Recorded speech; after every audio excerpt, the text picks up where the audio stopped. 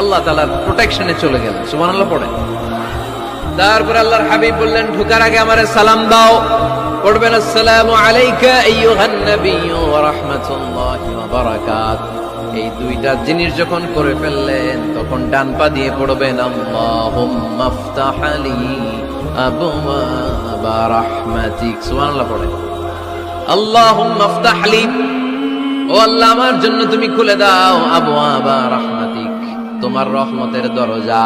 তার মানে মসজিদে ঢুকলে রহমত পাওয়া যায় কি যায় না? মসজিদে ঢুকলে পাওয়া যায় রহমত, মসজিদের বাইরে রহমতের কথা আল্লাহ বলে নাই। মসজিদের ভিতরে রহমত। কোথায় রহমত? কোথায়? মসজিদের ভিতরে রহমত আছে না? তার প্রমাণ, মসজিদে ঢুকলেই শান্তি লাগে কেমন জানি, আর ঘুমে ধরে। মসজিদে ঘুমাইছেন কারা কারা দেখি? সবাই ঘুমাইছেন? আরে আমি কত ঘুমাইছি। জুমার নামাজের সময় যে কি ঘুম আসে, আসে আসে